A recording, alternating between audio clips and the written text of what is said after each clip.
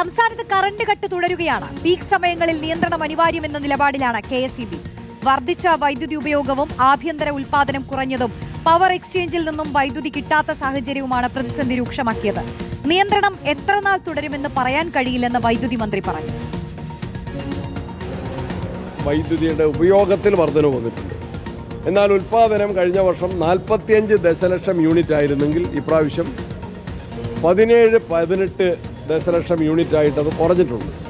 അതുകൊണ്ട് ഉൽപാദനത്തിലെ വലിയ കുറവ്, ഉപഭോഗത്തിലെ വലിയ വർധനവ്, ഇതാണ് പ്രതിസന്ധിയുടെ കാരണം. കൂടുതൽ വില നൽകി വൈദ്യുതി വാങ്ങുന്നതിനുള്ള അനുമതിക്കായിട്ടും വൈദ്യുതി ബോർഡ് കമ്മീഷനെ സമീപിച്ചിട്ടുണ്ട്. അങ്ങനെയുള്ള നടപടികൾ സ്വീകരിച്ച് ജനങ്ങൾക്ക് എത്രയും കുറഞ്ഞ പ്രശ്നങ്ങളോടെ വൈദ്യുതി വിതരണം നടത്തുന്നതിന് വേണ്ടിയാണ് പരിശ്രമിക്കുന്നത്. വിവരങ്ങളുമായി സുനിഷ യെല്ലൂരാണ് ചേരുന്നത്. സുനിഷ, എത്ര ദിവസം ഈ കറന്റ് കട്ട് നീണ്ടു നിൽക്കുമെന്നോ, ദിവസം എത്ര സമയത്ത് ഈ കറണ്ട് പോകുമെന്നോ, അത് എത്ര സമയം നീണ്ടു നിൽക്കുമെന്നോ ഒന്നും അറിയില്ല. ദിവസവും കറണ്ട് പോകുമെന്ന് മാത്രം അറിയാം. ജനങ്ങളൊക്കെ പ്രതികരിച്ചു തുടങ്ങിയിരിക്കുന്നു.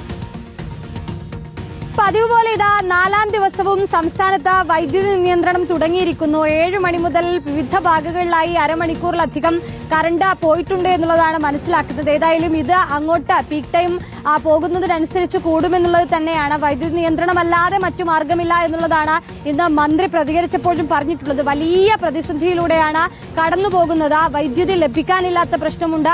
500-600 മെഗാവാട്ടിന്റെ ആവശ്യകതയാണ് നിലവിൽ അധികമായി വരുന്നത്. പക്ഷേ ആ വൈദ്യുതി കണ്ടെത്താൻ KSEBക്ക് കഴിയുന്നില്ല എന്നുള്ളതാണ് നിലവിൽ നേരിടുന്ന ഏറ്റവും വലിയ പ്രതിസന്ധി. ഏതായാലും മറ്റു മാർഗങ്ങളില്ല, വൈദ്യുതി നിയന്ത്രണം ഒഴിവാക്കാൻ കഴിയില്ല എന്നുള്ളതാണ്. അതുകൊണ്ട് തന്നെയാണ് നിയന്ത്രണം ഈ കഴിഞ്ഞ 3 ദിവസം തുടർന്നു. ഇപ്പോൾ ഇതാ ഇന്നും നിയന്ത്രണം, ഇനി വരുന്ന ദിവസങ്ങളിലും നിയന്ത്രണം ഉണ്ടാകുമെന്നുള്ളത് തന്നെയാണ് മനസ്സിലാക്കാൻ കഴിയുന്നത്. ഒപ്പം മറ്റു മാർഗങ്ങൾ കൂടി തേടുന്നുണ്ട് എന്നുള്ളതാണ്. അതിന് പുറമെ ഏതായാലും ഉപഭോക്താക്കൾ കൂടി ഈ ഉപയോഗത്തിൽ നിയന്ത്രണം വരുത്തണമെന്നൊരു അഭ്യർത്ഥന കൂടി മന്ത്രി ഇന്ന് നൽകിയിട്ടുണ്ട്. ഈ ഇലക്ട്രിക് വാഹനങ്ങളൊക്കെ ഉള്ളവർ രാവിലെ ചാർജ് ചെയ്യുന്നത് അടക്കമുള്ള കാര്യങ്ങൾ ശ്രദ്ധിക്കണമെന്നതുകൂടി വൈദ്യുതി മന്ത്രി പറയുന്നു. ഏതായാലും വലിയ പ്രതിസന്ധിയാണ് നേരിടുന്നത്. ഇങ്ങനെയെങ്കിൽ വരുന്ന ദിവസങ്ങളിലും വൈദ്യുതി കട്ട് അതുണ്ടാകുമെന്നുള്ളത് തന്നെയാണ്. ശരി സുനിഷ.